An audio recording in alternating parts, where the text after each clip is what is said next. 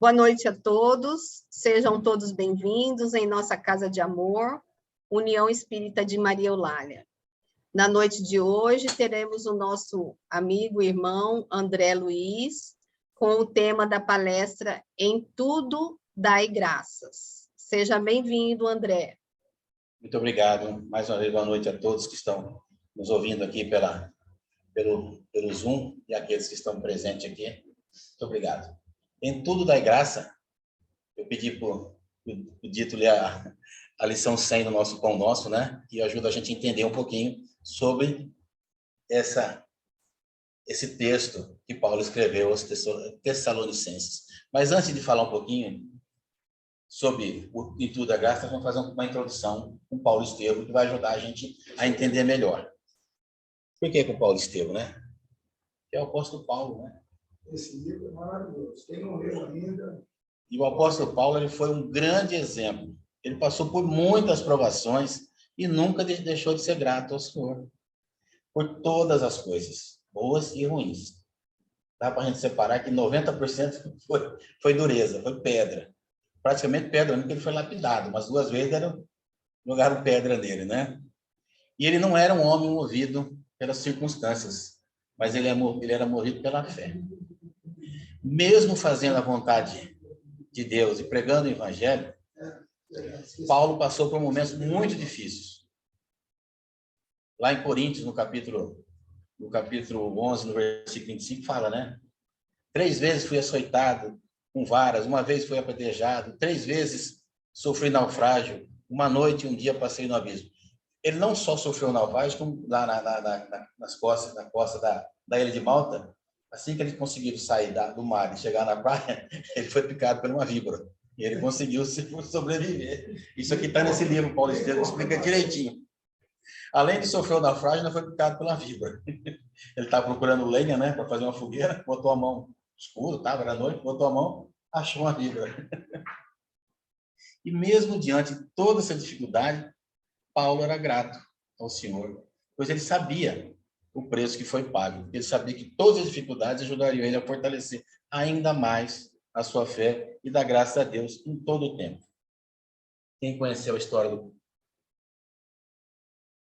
apóstolo Paulo sabe, né? Antes de Saulo, perseguidor dos judeus, dos cristãos, né? E nem diz o Rossano, perseguidor, você está sendo muito legal. Ele foi um assassino mesmo. Perseguidor, você está sendo muito bacana com ele. Eu vi uma palestra aqui sobre auto-perdão, né? Do Rossano Pringe, que ele cita o Paulo, né? Paulo, se tem uma pessoa que não tinha, assim, não se preocupou com a culpa, era Paulo. Ele já pegou a charrua dele, já foi, quando encontrou com Jesus na estrada da Damasco, ele não ficou assim, ai, mestre, mas eu fiz tanta coisa errada. Eu, não, o que queres que eu faça? E pronto. Não tinha murmúrio, ficar lamentando, ai, mas eu fiz tanta coisa. Eu, não, o que queres que eu faça? E já partiu para o trabalho. Ele sabia o débito que ele tinha, né? E antes de falar da introdução... Ele já tinha lembrado sobre a capacidade do Paulo, foi o irmão de Abigail. Estevão? Gesiel. Gesiel. Quando ele foi apedrejado, ele estava quase morto, que ela foi lá... Ele falou, pai, não tem... Não. Ele disse para perdoar ele, porque o sabe, dia que Paulo descobrisse Jesus, ele ia conseguir fazer. Mas você sabe o que Paulo tinha? Paulo tinha muita... Ele acreditava no... Ele defendia a lei mosaica porque ele acreditava naquilo. E aquilo para ele era o certo. Então não tinha o que saía fora para ele estava errado. Mas quando ele conheceu Jesus, não, aí é outra coisa. Aí a mudança foi da água para o vinho. E só para dar um exemplo de que como Paulo era grato, como é que foi?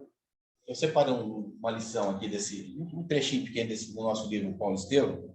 Eu pedi autorização para vocês para ler, que é um fato que aconteceu com ele e Silas na primeira viagem que eles fizeram a Filipos. Então, eles foram até a porta da cidade de Filipos, junto com Paulo e Silas, estavam Lucas e Timóteo. Eles dormiram lá, na entrada da cidade de Filipos, e depois Lucas e Timóteo foram para Tessalônica. E Paulo e Lucas ficaram ali. Então, olha só. Esse texto que eu acho bom, que vai ajudar a gente a entender o que Paulo falava da graça sempre, né? Começa assim, ó. Filipos não possuía sinagoga e o santuário destinado às preces, embora tomasse o título de casa, não era mais que um recanto ameno da natureza, rodeado de muros em ruínas.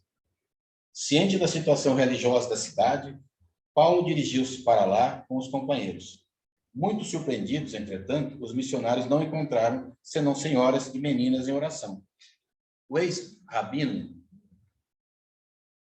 penetrou resolutamente no círculo feminino e falou dos objetivos do evangelho como se estivesse diante de um imenso público.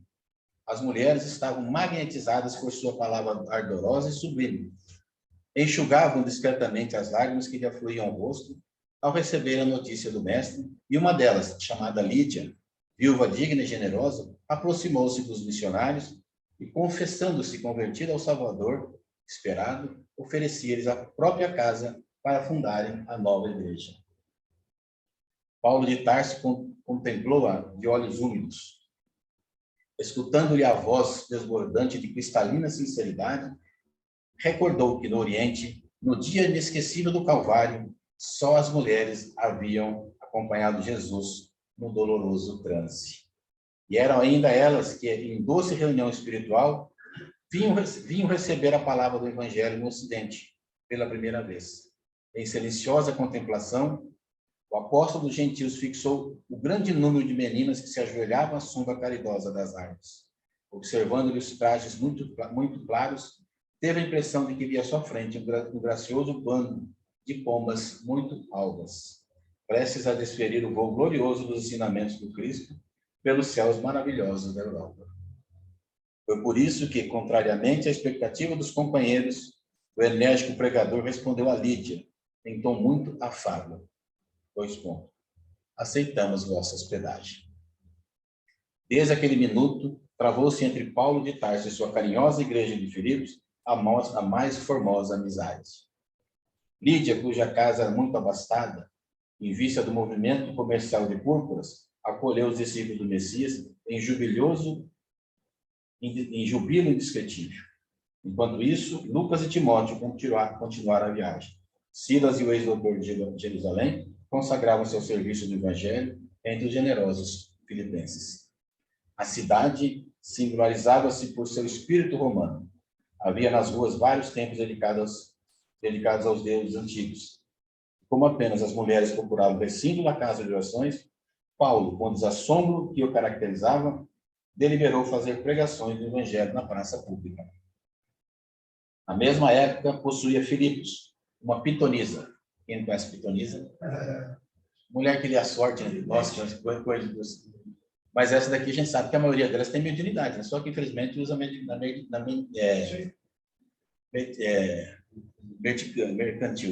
mercantilista, né? Usa para arrebanhar dinheiro. Então ele chama aquela de pitonisa. E se celebrizava nas redondezas. Como nas tradições de Delfos, suas palavras eram interpretadas como oráculo infalível. Tratava-se de uma rapariga cujos patrões procuravam mercantilizar seus poderes psíquicos. A mediunidade era utilizada por espíritos menos evolutivos e se compraziam em dar palpites sobre motivos de ordem temporal. A situação era altamente vendosa para os que a exploravam descaridosamente.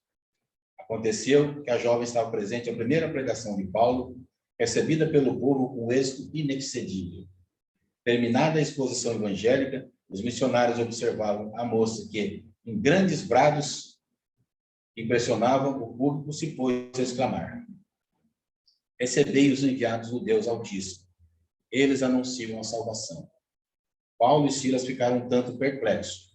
Entretanto, nada replicaram, conservando o incidente no coração e atitude discreta. No dia seguinte, porém, repetia-se o fato, e durante uma semana, os discípulos do Evangelho ouviram, após as pregações, a entidade que se assorenhava da jovem, atirando-lhes elogios e títulos pomposos. O ex-rabino, no entanto, desde a primeira manifestação, procurara saber quem era a rapariga anônima, e ficou conhecendo os antecedentes do caso. Estimulados pelo ganho fácil, os patrões haviam instalado um gabinete onde a pitonisa atendia as consultas. Ela, por sua vez, de vítima, ia passando a sócia da empresa, que pingues eram os rendimentos. Paulo, que nunca se conformou com a mercância dos bens celestes, ele falava assim que toda a igreja que fundava, ele não pegava o dinheiro da igreja. Ele achava que não era correto. Em vez disso, ele era tecelão, mão cheia, né, que nem os outros, né? Ele preferia instalar o tear dele e vender os produtos para ajudar a igreja e se também poder sobreviver, né? Deixa eu ver onde eu parei.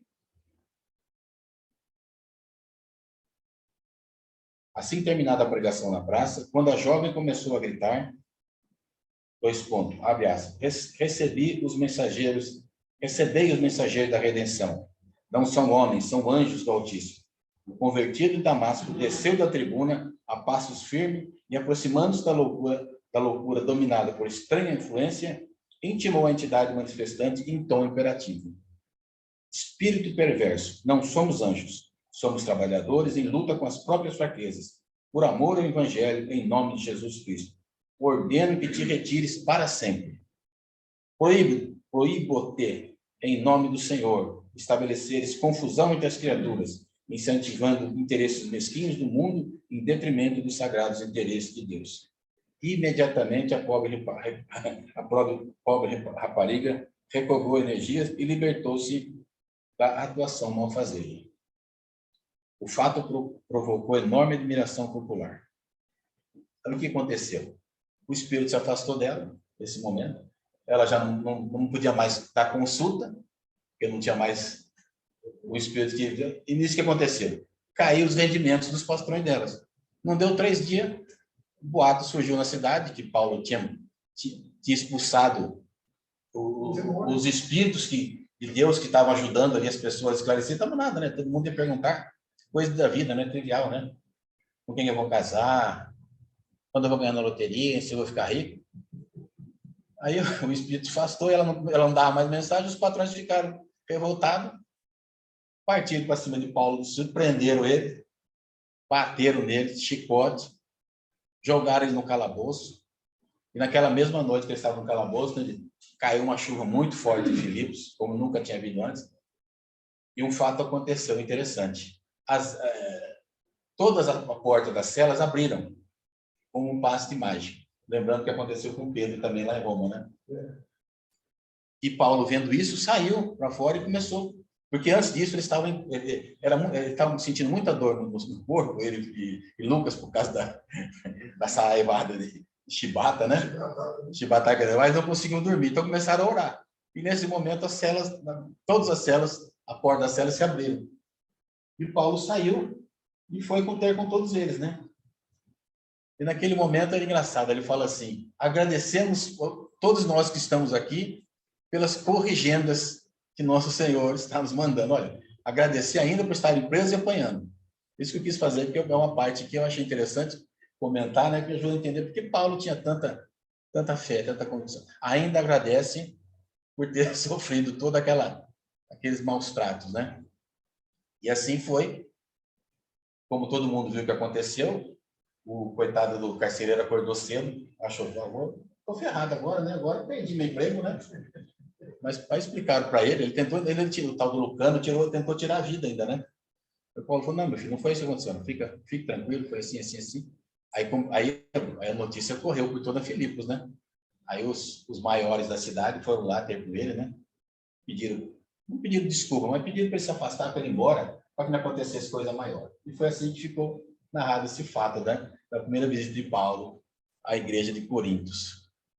E se a gente for olhar bem, essa obra aqui, Paulo Estevão, lá no capítulo 2, da segunda parte,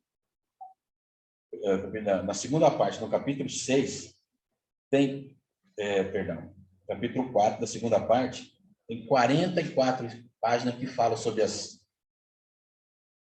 lutas e humilhações do apóstolo. Então, quer dizer, a vida dele não foi tão fácil assim, não. Depois que ele se converteu ao cristianismo. Essa obra aqui no capítulo capítulo 3, lutas e humilhações. Vai da página 233 à página 276. São 43 páginas que mostram as lutas do apóstolo. Eu achei interessante trazer para a gente ajudar na elucidação da palestra. Não sei se todo mundo sabe, mas o apóstolo Paulo ele escreveu 14 cartas ou 14 epístolas, né? Uma aos Romanos, 2 aos Coríntios, uma aos Gálatas, uma aos Efésios, uma aos Filipenses, uma aos Colossenses, 2 aos Tessalonicenses, 2 a Timóteo, uma a Tito, uma a Filemão e uma aos Hebreus. E por quê? Mas antes disso, eu queria lembrar da epístola, a primeira epístola que ele escreveu aos Coríntios, né? Lá no capítulo 13, que ela fala sobre a caridade.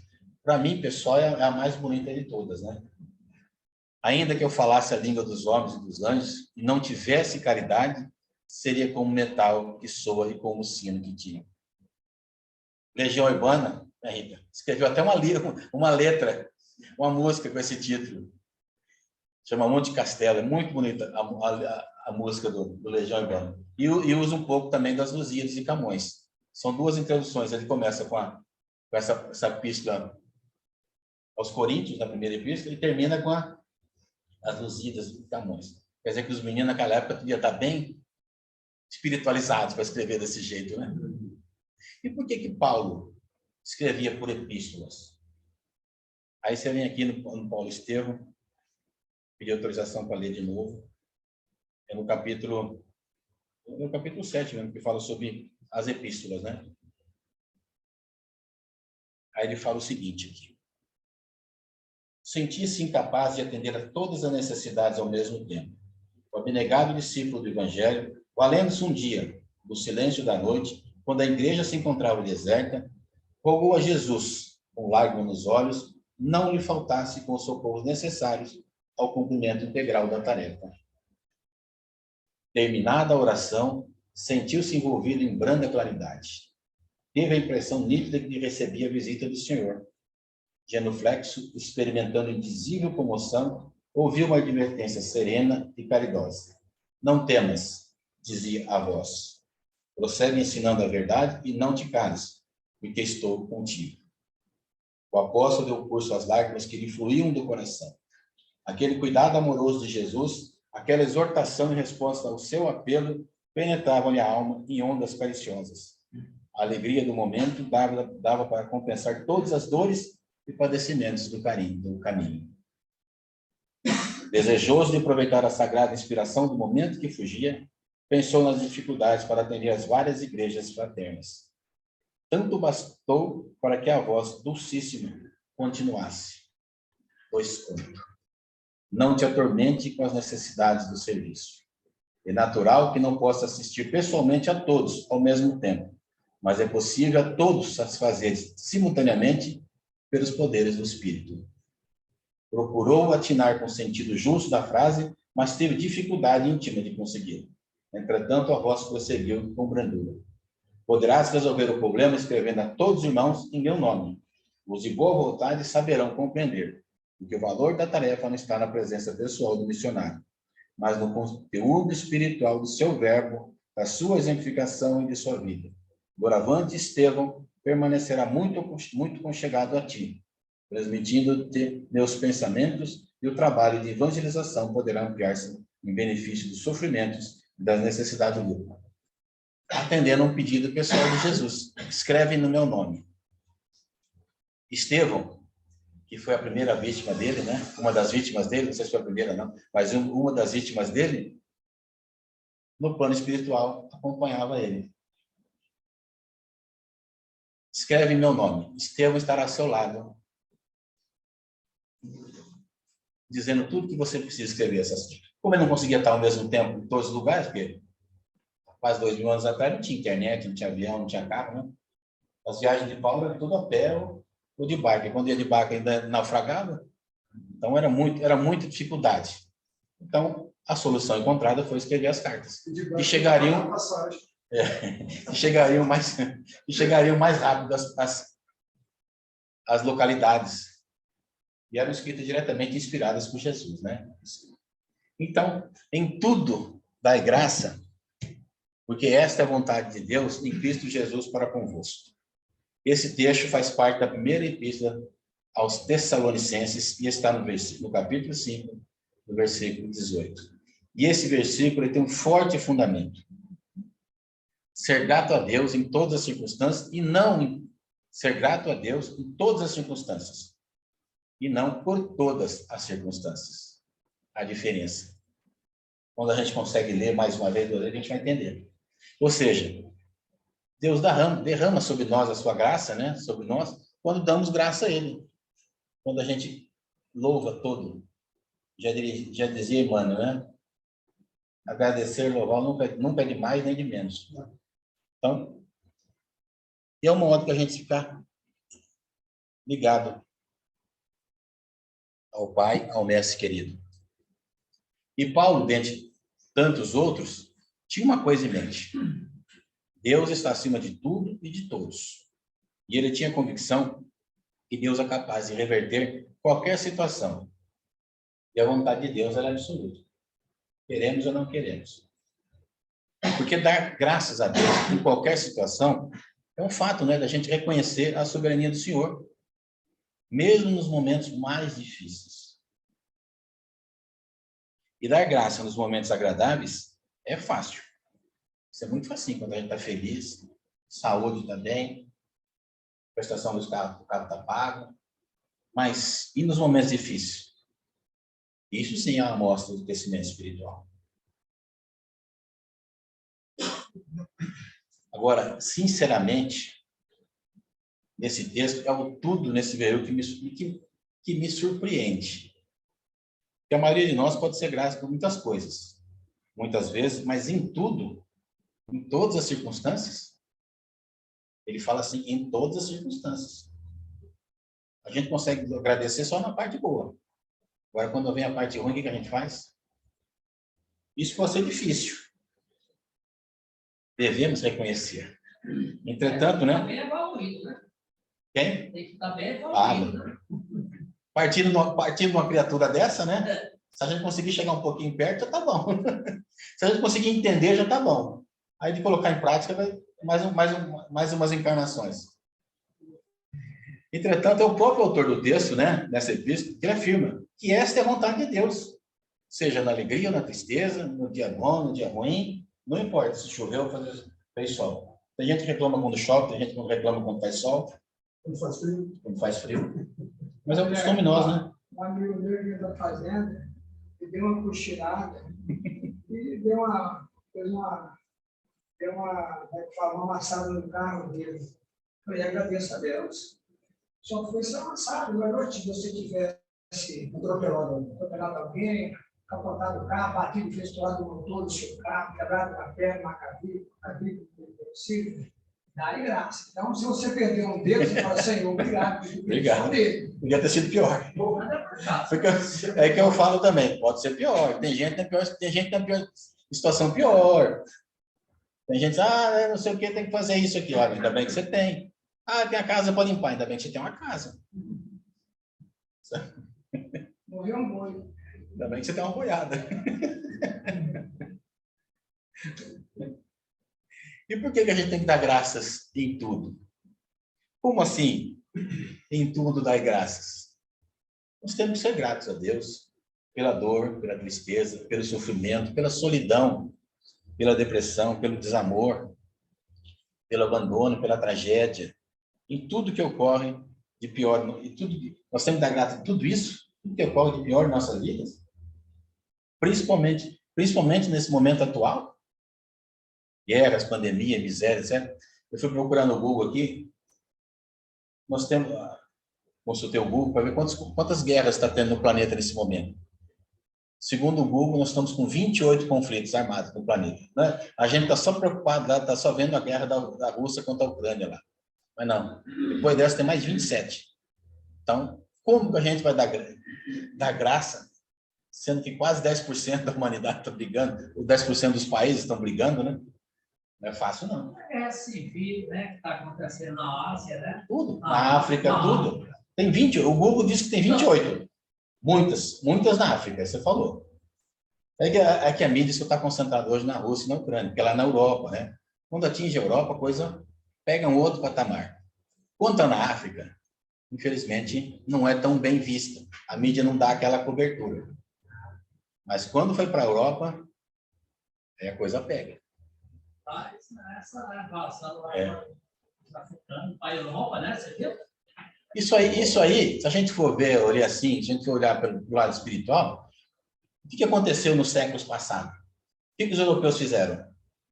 Foi o lugar que teve mais conflito na Terra, foi a Europa. Os europeus praticamente dominaram todo o Sim. continente africano. Eles dividiram entre si. Inglaterra, França. Portugal tinha 2 colônias lá. Portugal tinha 2 colônias, Moçambique. Inglaterra. Todos eles. Eles lotearam a África e cada um pegou um pedacinho. Vamos ser francos agora, gente. Nós não sentimos vontade nenhuma de agradecer a Deus nessas horas. Queremos mais é brigar com Ele, né? Porque a gente está alardeando que nós somos fiéis e não merecemos aquilo que está acontecendo com nós. Ou não, eu vou na casa espírita, ele faz isso. Ou o crente paga o dízimo, aquelas coisas. Por que está acontecendo tudo isso comigo? Mas vem aqui, dá uma cesta básica por mês para ajudar as famílias carentes, e ainda acontece essas tragédias comigo. Fica mal do Senhor, questionar sua bondade, e pior ainda, né? A gente questiona a justiça e o amor dele, né? Olha só onde a gente para. Eu estou errado? Porque a verdade é que nós não conseguimos entender Deus ainda, deixando as coisas hoje acontecerem em nossa vida. Vamos pensar um pouquinho sobre esse versículo, ainda mais. Vamos pensar um pouco, porque dai graça em tudo. Dar graças a Deus em todos os momentos é um grande desafio para o nosso tempo, pois o nosso olhar está cada vez mais voltado para as nossas necessidades e muito menos para Deus e para o alto. A gente está olhando para o nosso umbigo, não? Eu acho que não é tanto as nossas necessidades, André, é mais o nosso desejo. Pode ser. Podemos substituir. Voltada para os nossos desejos, muito menos para Deus e para o alto. Pode ser. Exatamente. Porque em tudo dar graças é acolhermos a providência divina como princípio de vida. Quando nós colocamos em Deus tudo que nos acontece, mesmo que nos frustra ou nos decepciona, passa a ser oportunidade de encontro com Ele e de harmonia com o nosso espírito. É aprendizado. Dor não é karma, que nem falam os outros. Dor é aprendizado. Imagina se eu não sentisse dor. Se eu não tivesse o sistema nervoso funcionando. Queimava aqui, eu não tinha percebido. Ficava doente, um corte aqui, eu não percebia.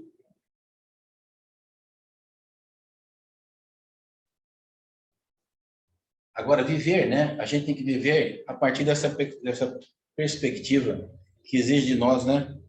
Confiança e bondade na soberania divina. Isso nós temos que ter. Confiar em Deus. Porque nada acontece sem a vontade dele. Quando confiamos que Deus está no controle e que cada acontecimento é graça, tudo se torna motivo de louvor. E nada é capaz de frustrar os planos de Deus. E que ninguém no universo está fora do seu olhar. Ninguém. Não escapa nada aos olhos do Pai. Não adianta eu tentar ludibriar, passar a perna no meu irmão. Ah, ninguém viu. Mas Deus viu. E a consciência cobra, hein? Para quem tem consciência, né? E diz que como é que chama aquele que tem problema? Psicopata não tem consciência, né? Por isso que ele faz o mal, ele não sente culpa, né? Tem, mas ela está dormindo. É. Ela está amortecida. Está dormindo. E vale salientar que quando eu sofro de uma doença ou um mal qualquer, né? Experimento uma terrível derrota ou passo por uma grande perda, é preciso ser muito forte para dar gás. E a perda de um ente querido, assim, que sai desse mundo cedo demais. Como que a gente vai dar graça numa situação? É muito duro a gente conseguir agradecer a Deus por isso. Mas sejamos confiantes. Nada acontece. Foi tudo programado já. Nossa é uma coisa difícil a gente explicar assim, fica até muito banal, né? Mas a gente estuda e aprende que tudo tem um fim. Todas as dores e sofrimentos que nós estamos passando nesse momento, a gente tem que ver o passado também, as outras encarnações, fazer um... É muito sutil, é muito supremo a gente começar a falar isso aqui agora. Mas, olha, gente, se a gente for olhar as encarnações passadas, a gente tivesse a opção de olhar o nosso passado, eu vou falar por mim. Eu devo ter cometido muita coisa, né? Quem diz aquele hoje, eu joguei pedra na cruz, né? Porque essas guerras que aconteceram, 200, 500, 300, nós estávamos lá. Essas chacinas que existiam ali, quem que era? São o nosso passado. Somos nós encarnados em outras encarnações nossas. Aí a gente reencarna, aprende, volta, aprende, uns aprendem, outros não aprendem, e vem indo. Somos nós, é os mesmos espíritos, encarnando sempre, tentando reparar o mal que fez. E quando há desânimo, desilusão, luta com desavença, é quase impossível também a gente dar graça. Tudo isso a gente é possível dar graça. Porque onde prevalece as desavenças, brigas constantes no lar, no ambiente de trabalho estressado, dar graça é como se fosse uma ação de contrariedade. A gente tem uns que dão mais triste, né? Acanhado. E quando as pessoas são cruéis e a vida parece que é injusta, como dar graça? Sim, essas situações enumeradas aqui são o tudo que pode ser difícil de encontrar em nós. E manifestar gratidão é o mais correto, mesmo nas enormes perdas ou apenas nas irritações da vida, no alto ou no baixo. Mas sabe que as ações de Deus nunca mudam para se adequar às nossas circunstâncias. Sua verdade se eleva acima das nossas circunstâncias, sempre. É a verdade de Deus que prevalece. E nós aceita que dói menos. Quer dizer a música. Me perdoe a frase. E vejamos que quando Paulo diz, Deus não diz para agradecer por isso ou por aquilo, mas em tudo. Por assim é que ele está construindo mais profundamente nossas vidas. E jamais poderia ser construído sem os tempos difíceis, sem a dor, sem o sofrimento. A gente não consegue evoluir. A gente não sabe o que é certo e o que é errado. Se nascêssemos só em berço esplêndido, como é que sabia que tinha tantas dores e sofrimento aí fora? Como analisar, como ver, como participar? E são nesses momentos que a gente ganha força, a gente ganha perseverança, sendo lembrados que a verdadeira alegria nunca se baseia em como nós sentimos ou nossas situações externas. O mundo pode estar desabando ao meu redor. Tudo bem. Eu tenho que manter minha confiança e minha fé em Deus. É fácil? Não. Não é receita de bolo aqui não, gente. É difícil.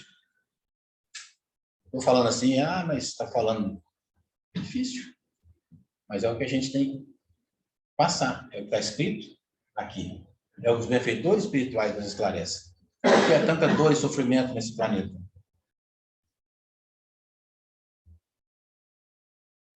Então, quando eu entendo que os caminhos de Deus são maiores, seus pensamentos são mais elevados, eu posso ter certeza de que Ele me segura em suas mãos. Já dizia a música. E Ele está conosco permanentemente.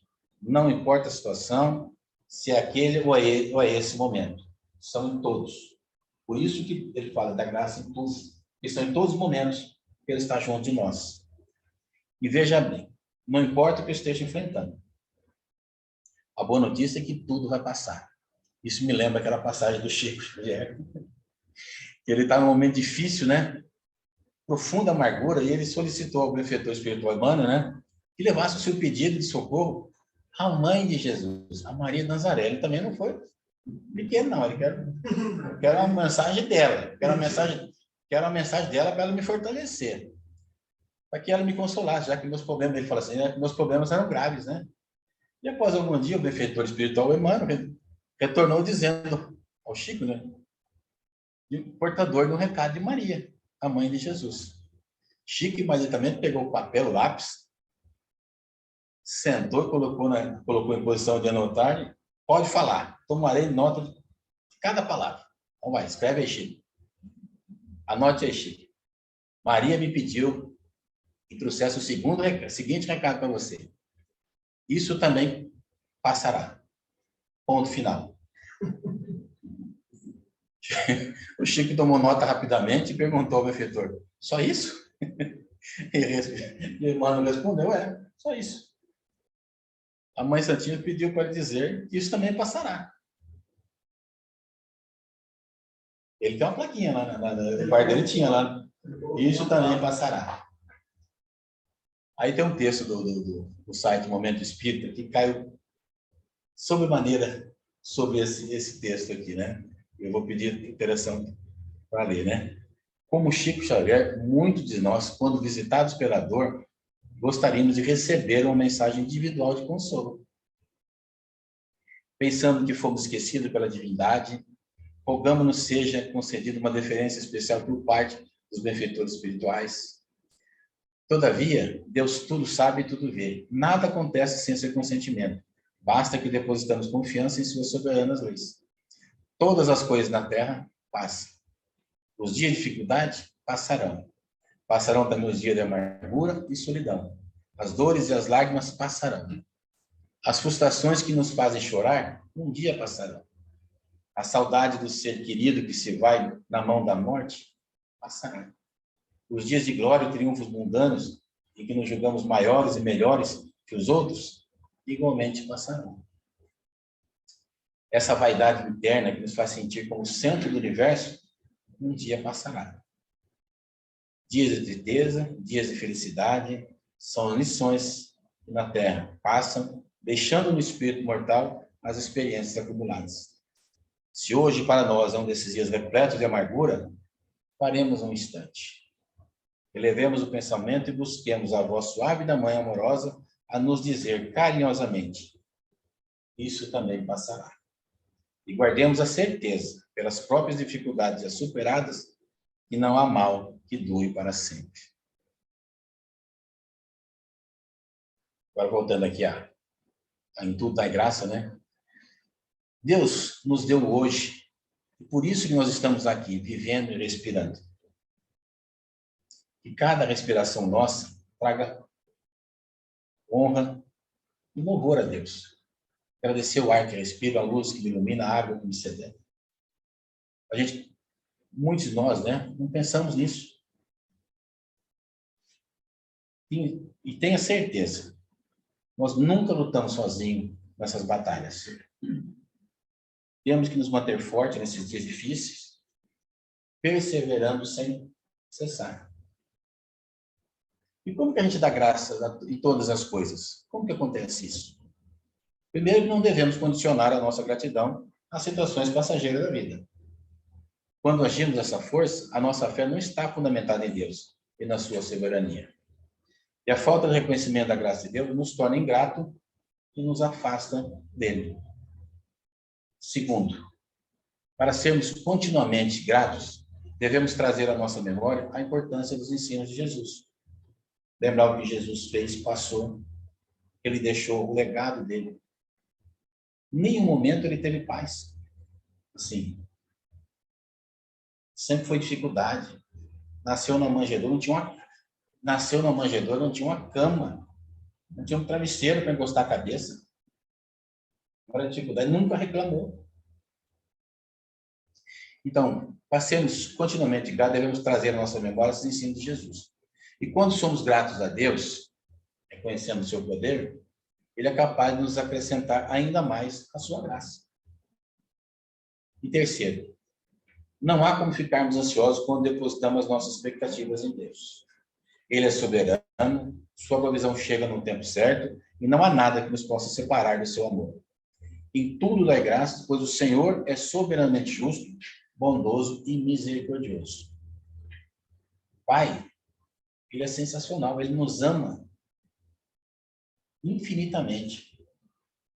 A cada um de nós, nunca um mais que o outro. Todos iguais, ali. Unânime, né? Então, todo mesmo na mesma. Ele fala assim, do anjo ao verme, todos eles são iguais.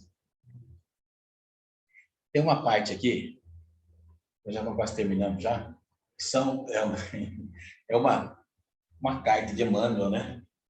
Ele nos diz: saibamos agradecer as dádivas que o Senhor nos concede cada dia. Então ele fala que a gente tem que agradecer.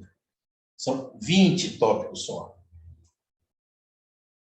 O primeiro, pela largueza da vida, pelo ar abundante, pela graça da locomoção, pela faculdade do raciocínio, pela fulguração da ideia, pela alegria de ver, pelo prazer de ouvir, pelo tesouro da palavra, o privilégio do trabalho, o dom de aprender, a mesa que nos serve, o pão que nos alimenta, o pano que nos veste, as mãos desconhecidas que se entrelaçam no esforço de suprimir-nos a refeição e o agasalho, os benfeitores anônimos que nos transmitem a riqueza de conhecimento, a conversação do amigo, o aconchego do lar, o doce dever da família, o contentamento de construir para o futuro e a renovação das próprias forças. São 20 aqui.